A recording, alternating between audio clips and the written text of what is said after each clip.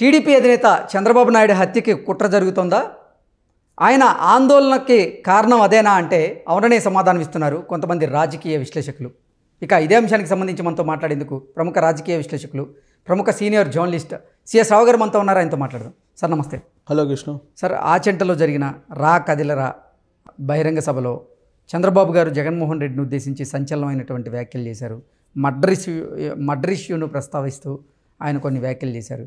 ఎందుకు ఆ వ్యాఖ్యలు చేయాల్సి వచ్చింది అంటే ఏం చెప్తారు? అంటే జరుగుతున్నటువంటి పరిణామాలను బట్టి చంద్రబాబు నాయుడు ఒక అభిప్రాయానికి వచ్చారేమో అనిపిస్తుంది. అంటే ఆందోళన చెందుతున్నారేమో అనిపిస్తుంది. ఆచంట వేదికగా చేసుకొని ఆయన నిర్వహించినటువంటి రా కదలిరా అనేటువంటి కార్యక్రమానికి పెద్ద ఎత్తున జనం తరలి వచ్చారు. ఈ రా కదలిరా అనేటువంటి ఆ కాన్సెప్ట్ తోటి ఆయన కనిగిరి నుంచి స్టార్ట్ చేశారు ఆ ప్రోగ్రామ్ని. దాదాపు ఈ నెలాఖరు వరకు 29వ తారీఖు వరకు ఈ కార్యక్రమం ప్రతి లోక్సభ పరిధిలో ఉండేటువంటి అసెంబ్లీ కాన్స్టిట్యున్సీలో ఏదో ఒక కాన్స్టిట్యున్సీలో పెట్టాలి అనేటువంటి కాన్సెప్ట్ తోటి వాళ్ళు వెళ్తున్నారు. దానికి సంబంధించి డిజైన్ చేశారు, బ్లూ ప్రింట్ తయారు చేశారు. 1,00,000 మందికి తగ్గకుండా జనాల్ని అక్కడ హాజరవుతూ ఉన్నారు. ప్లస్ ఇంతకుముందు ఎప్పుడూ లేని విధంగా చంద్రబాబు నాయుడిని చూడటానికి కానీ ఆయన ఇచ్చేటువంటి స్పీచ్ని వినడానికి కానీ నిజంగానే భారీ ఎత్తున తరలి వస్తున్నారు జనం. సో ఇలాంటి పరిస్థితుల్లో ఆచంట్లో అనూహ్యంగా చంద్రబాబు నాయుడు ఒక ఆలోచింపజేసేటువంటిది, ఆందోళన కలిగించేటువంటి ఒక వ్యాఖ్య చేశారు. ఏం చేశారంటే, జగన్మోహన్ రెడ్డి వాళ్ళ బాబాయినే లేపేశాడు, మనల్ని లేపేయడం ఒక ఆశ్చర్యం ఏం లేదు, మనల్ని లేపేసినా ఆశ్చర్యపోవసరం లేదు అనేటువంటి ఒక వ్యాఖ్య చేశారు. సో ఆ వ్యాఖ్య చాలా క్యాజువల్గా వినిపించారని చెప్పి అనుకోవడానికి లేదు. ఎందుకనంటే బాబాయిని లేపేసినటువంటి జగన్మోహన్ రెడ్డి మనల్ని లేపేయటం పెద్ద ఆశ్చర్యం లేదనంటే, మర్డర్ చేపిస్తే ఒక కుట్ర పన్నుతున్నాడు జగన్మోహన్ రెడ్డి అనే ఒక సందేహం చంద్రబాబు నాయుడు నోటి నుంచి వచ్చింది. అంటే చంద్రబాబు నాయుడిని హత్య చేయించేటువంటి ప్రయత్నం జగన్మోహన్ రెడ్డి చేయించే అలాంటి వ్యక్తి కూడా జగన్మోహన్ రెడ్డి అనేటువంటి ఒక సందేహాన్ని చంద్రబాబు నాయుడు ప్రజల్లోకి తీసుకెళ్లారు. అంటే ఏంటి సార్, చంద్రబాబు నాయుడు జగన్మోహన్ రెడ్డి నిజంగా చంద్రబాబు గారిని హత్య చేయించబోతున్నారు, చేయించే ఇది కూడా ఉంది, ధైర్యం కూడా జగన్మోహన్ రెడ్డిలో ఉందని భావిస్తున్నారా? ఇప్పుడు చంద్రబాబు నాయుడు అదే చెప్పారు కదా, బాబాయిని లేపేసినోడికి మనల్ని మర్డర్ చేయడం పెద్ద విషయం కాదు ఆయనకి అని చెప్పి అన్నాడు ఆయన. అంటే దాని అర్థం ఏంటి? చంద్రబాబు నాయుడు హత్యకు కుట్ర పడుతున్నాడు జగన్మోహన్ రెడ్డి అనేది ప్రజలకు వెళ్ళిపోయింది ఆయన వ్యాఖ్యల ద్వారా. సరే, ఆయన ఫ్లోలో ఆ విధంగా వ్యాఖ్య చేశారా, లేకపోతే ఆందోళనతో చేశారా, లేదంటే యాదృచ్ఛికంగా ఆయన నోటి నుంచి అలాంటి వ్యాఖ్య వచ్చిందా అనేది పక్కన పెడితే, ఆయన చేసినటువంటి వ్యాఖ్యను చూస్తే హత్యకు కుట్రపడుతున్నాడు జగన్మోహన్ రెడ్డి చంద్రబాబు నాయుడు మీద అనేటువంటి ఒక అభిప్రాయం ప్రజల్లోకి వెళ్ళిపోయింది. దానికి తగ్గట్టు ఇందాక నువ్వు అడిగినట్టు అలాంటి ప్రయత్నం ఏమైనా చేస్తున్నాడా అని అంటే, చంద్రబాబు నాయుడిని రాజమండ్రి సెంట్రల్ జైలుకి రిమాండ్కి పంపించినప్పుడు జరిగినటువంటి పరిణామాలను మనం తీసుకుంటే, అసలు చంద్రబాబు నాయుడిని రాజమండ్రి సెంట్రల్ జైల్లోనే చంపేసేటువంటి అవకాశం ఉందనేది పెద్ద ఎత్తున జరిగినటువంటి ప్రచారం ఆ రోజు, అవునా? ప్లస్ ఇంకోటి ఏంటంటే, ఆయన ఆరోగ్యానికి సంబంధించినటువంటి విషయాలకు కూడా చాలా వైరుధ్యంగా ఇవ్వడం జరిగింది అప్పుడు.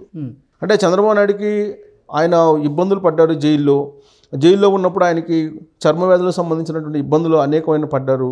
వేడి నీళ్ళు కూడా ఇవ్వకుండా చేశారు, ఏసీ కూడా పెట్టకుండా చేశారు. ఇవన్నీ కూడా వచ్చినాయి కదా అప్పుడు.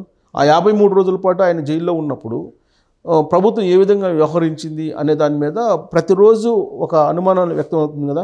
ప్లస్ నారా ఫ్యామిలీకి సంబంధించినటువంటి భువనేశ్వరి కానీ, లేదంటే బ్రాహ్మణి కానీ, లేదా లోకేష్ కానీ ఏం చెప్పారు? చంద్రబాబు నాయుడికి ప్రాణహాని ఉందని చెప్పారా లేదా? ప్రాణహాని ఉంది, ప్రాణహాని తలపెట్టేటువంటి అవకాశం ఉందని చెప్పి ఆందోళన చెందారు కదా అప్పుడు ఆ రోజున. అంటే ఎవరి ద్వారా ప్రాణహాని ఉంది అనేది క్లియర్గా అందరికీ తెలిసిందే. సో చంద్రబాబు నాయుడు ఎవరు జైలుకి పంపించారు? నిరాధారమైనటువంటి ఆరోపణలతో ఆ రోజు చంద్రబాబు నాయుడు జైలుకి పంపించింది ఆంధ్రప్రదేశ్ ప్రభుత్వం, జగన్మోహన్ రెడ్డి కదా. ఆయన లండన్లో ఉన్నారు, నాకేం తెలియదని చెప్పచ్చు. కానీ పంపించింది మాత్రం ఒక మాజీ ముఖ్యమంత్రిని జైల్లో పంపించేటప్పుడు, ముఖ్యమంత్రిగా ఉన్నటువంటి జగన్మోహన్ రెడ్డి లండన్ కానీ, లేదంటే ఇంకొక ఇస్తాంబుల్ కానీ, లేదంటే దావోస్ కానీ ఎక్కడున్నా కానీ ఇన్ఫర్మేషన్ అయితే ఉంటుంది కదా. నాకు తెలిసినంత వరకు ఒక సీనియర్ జర్నలిస్ట్గా మాజీ ముఖ్యమంత్రిని అరెస్ట్ చేసేటప్పుడు ముఖ్యమంత్రికి తెలియకుండా ఉండదు. నాకు తెలియదని చెప్పి జగన్మోహన్ రెడ్డి చెప్తే మనం నమ్మడానికి సిద్ధంగా లేవు. లండన్లో నేనున్నా, నాకు తెలియదు బీజేపీ వాళ్ళు అక్కడ ఉన్నారు అని చెప్పి ఏదో చెప్పాడు ఆయన. ఆయన ఏం చెప్పినా కానీ జగన్మోహన్ రెడ్డి తెలియకుండా ఆ అరెస్ట్ అయితే జరగదు. ఖచ్చితంగా ఇంటెలిజెన్స్ జగన్మోహన్ రెడ్డి ముఖ్యమంత్రిగా ఉన్నాడు కాబట్టి ముఖ్యమంత్రి అనుమతి తీసుకొని మాత్రమే అరెస్ట్ చేస్తారు. సరే, చేశారు. అది జరిగి కూడా ఇప్పుడు 4 నెలలు అవుతుంది. ఛార్జ్షీట్ ఏమైనా వేసారా? నిజంగా ఆధారాలు ఉంటే ఛార్జ్షీట్ వేయాలి కదా. ఇప్పటివరకు ఛార్జ్షీట్ వేయలేదు.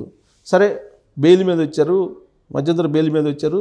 ఆయన కొన్ని కండిషన్ మధ్య ఫస్ట్లో బెయిల్ ఇచ్చారు. ఆ తర్వాత ఆయనకి ప్రచారం చేసుకోవడానికి అనుమతులు ఇచ్చారు. చంద్రబాబు నాయుడు ఇప్పుడు ప్రచారం చేసుకుంటున్నారు, బెయిల్ మీద ఉన్నారు. ఓకే. అలాగే 17A సుప్రీంకోర్టులో పెండింగ్ ఉంది. క్వాష్ పిటిషన్కి సంబంధించిన నిర్ణయం కూడా, అది కూడా అసలు న్యాయ చరిత్రలోనే ఒక అద్భుతం. ఒక తీర్పు అనేది ఇన్ని రోజుల పాటు పెండింగ్లో ఉండటం అనేది అసలు న్యాయ చరిత్ర గురించి తెలిసినటువంటి వాళ్ళు, న్యాయస్థానాల్లో ఉండేటువంటి వాళ్ళు, న్యాయ నిపుణులకే అర్థం కానటువంటి పరిస్థితి. ఒక తీర్పుని క్వాష్ పిటిషన్ మీద 17A అప్లికబులా కాదా చంద్రబాబు నాయుడుకి అనేది చెప్పడానికి ఇన్ని నెలలు, ఇన్ని వాయిదాలు తీసుకున్నారు వాళ్ళు. దాదాపు ఆర్గ్యుమెంట్లు ఏ స్థాయిలో జరిగినాయో మనం చూసాం. సరే, అన్ని ఆర్గ్యుమెంట్లు అయిపోయిన తర్వాత తీర్పు చెప్పడానికి ఎన్ని రోజులు తీసుకున్నారు? ఇప్పటికి ఎన్ని నెలలు అయింది? దాదాపు 3 నెలలు 4 నెలలు అయింది వాళ్ళు తీర్పు చెప్పడానికి. ఆ తీర్పు రిజర్వ్లో ఉంది, ఎప్పుడు చెబుతారో తెలియదు.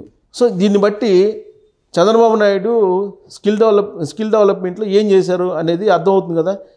ఏం చేశారు, ఏం చేయలేదు అనేది అర్థమవుతుందిగా. ఇప్పటికి కూడా ఆధారాన్ని చూపించలేకపోతున్నారు కదా. కోర్టులు అడుగుతున్నాయి. ఏసీబీ కోర్టు అడిగింది కదా, విజయవాడ ఏసీబీ కోర్టు అడిగింది కదా, మీరు ఆధారాలు చూపించండి అని. సో హైకోర్టు అడుగుతుంది ఆధారాలు చూపించమని, చూపించలేదు. మరి ఇంతవరకు ఛార్జ్షీట్ వేయడానికి ముందుకు రానటువంటి ఆంధ్రప్రదేశ్ ప్రభుత్వం, జగన్మోహన్ రెడ్డి ఆదేశం మేరకు చంద్రబాబు నాయుడు 53 రోజుల పాటు జైల్లో ఉంచినటువంటి ఆ ప్రభుత్వం ఛార్జ్షీట్ వేయాల్సిన బాధ్యత ఉంది కదా. ఇంతవరకు ఛార్జ్షీట్ వేయలేదు కదా. అంటే నిరాధారమైనటువంటి ఆరోపణలతోటి ఆయన అరెస్ట్ చేసినట్టే కదా. అరెస్ట్ చేసి ఏం చేశారు? అరెస్ట్ చేసి ఆయన కనీస సౌకర్యాలు కూడా కల్పించలేదని చెప్పి ఆ రోజున తెలుగుదేశం పార్టీ చెప్పింది కదా, నారా ఫ్యామిలీ చెప్పింది కదా, నందమూరి ఫ్యామిలీ చెప్పింది కదా. ఆ రోజునే ఆయనకు ప్రాణభయం ఉంది, ఆయనకు రక్షణ కల్పించండి అని చెప్పారు కదా. Z+ కేటగిరీ ఉన్నటువంటి చంద్రబాబు నాయుడు తీసుకెళ్ళి అరెస్ట్ చేసేసి అక్కడ ఎలాంటి రక్షణ లేకుండా సాధారణ ఖైదీలు చొరబడేటువంటి అవకాశం ఉందనేటువంటి ఆందోళన అప్పట్లో కూడా వ్యక్తం చేశారు కదా. సో ఆ రోజు ఆయనకు ప్రాణహాని ఉందని చెప్పి వాళ్ళే చెప్పిన తర్వాత ఆయన హత్యకు ఇప్పుడు కుట్రబండుతున్నారు అనేది నమ్మకపోవడం తర్వాత సంగతి.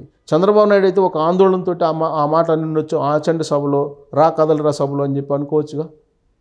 సో చంద్రబాబు నాయుడు ఏం చెప్పారు? చాలా క్యాజువల్గా బాబాయ్నే లేపేసిన వాళ్ళు మనల్ని లేపేయటం పెద్ద విషయమా అని చెప్పి అన్నారు. అంటే ఆయనకి ఏదో అనుమానం ఉంది, చంద్రబాబు నాయుడు మీద హత్యకు సంబంధించిన కుట్ర ఏదో జరుగుతుందని చెప్పేసి అనుమానం ఉంది చంద్రబాబు నాయుడుకి. అందుకే అలాంటి వ్యాఖ్యలు చేసి ఉంటారని చెప్పి మనం విశ్లేషణ చేసుకోవచ్చు. ఎట్ ద సేమ్ గతంలో కూడా ఇదేం కర్మ రాష్ట్రానికి అనేటువంటి కార్యక్రమాన్ని పెట్టారు చంద్రబాబు నాయుడు. అది పెద్ద ఎత్తున హిట్ అయింది. ఆ తర్వాత ఏమైంది? ఆ ప్రోగ్రాం ఏమైంది? స్లీపర్ సెల్స్ కొంతమందిని పంపించడం ద్వారా తొక్కిసలాట చేయించి ఆ ప్రోగ్రాంను ఆపించేటువంటి కార్యక్రమం జగన్మోహన్ రెడ్డి చేశారు. జీవో నెంబర్ 1 తీసుకొచ్చారు, బ్రిటిష్ కాలం నాటిది. దాని మీద కోర్టుకు వెళ్ళి పోరాడి మళ్ళీ చంద్రబాబు నాయుడు మళ్ళీ కార్యక్రమాన్ని గ్యారంటీ భరోసా అనే దాంతో ఆయన మళ్ళీ కార్యక్రమాలకి వెళ్ళారు. ఈలోపు ఆయన్ని అరెస్ట్ చేసి జైలుకు పంపించారు. ఆ తర్వాత మళ్ళీ జరుగుతున్నటువంటి కార్యక్రమం కదలిరా అనేటువంటి కార్యక్రమం.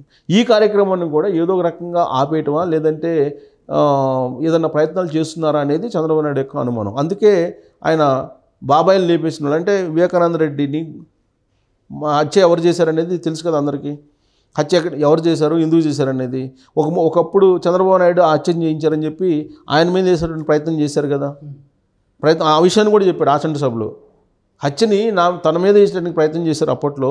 ఇప్పుడు హత్య ఎవరు చేశారనేది ఛార్జ్షీట్లో పొందుపరిచింది సిబిఐ, హత్య ఎవరు చేసింది అనేది. సో కాబట్టి బాబాయిని గొడ్డలతో చంపేసినటువంటి వాళ్ళకి మనల్ని హత్య చేయడం పెద్ద విశేషం కాదు అని చెప్పి ఆయన ఆందోళన వ్యక్తం చేశారు. ఓకే, బహుశా ఆయన ఆందోళన అట్లాంటి అనుమానాలు కానీ, అట్లాంటి పరిణామాలు కానీ, లేదంటే అట్లాంటి ఆనవాళ్ళు కానీ ఏమైనా ఉంటేనే చంద్రబాబు నాయుడు అలాంటి వ్యాఖ్యలు చేస్తారు. యథాలాపంగా చేసుంటారని చెప్పి నేనైతే అనుకోను.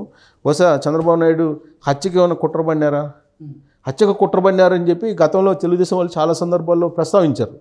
చంద్రబాబు నాయుడు హత్యకు కుట్రబడినారని చెప్పి. సో ఇప్పుడు ఆయన యథాలాపంగా చెప్పినటువంటి డైలాగ్ అయినప్పటికీ కూడా ఏదో జరుగుతుందనేటువంటి ఒక అనుమానాలు అయితే ఇప్పుడు తెలుగుదేశం పార్టీ వర్గాల్లో ఉన్నాయని చెప్పి మనం భావించడానికి అవకాశం ఉంది.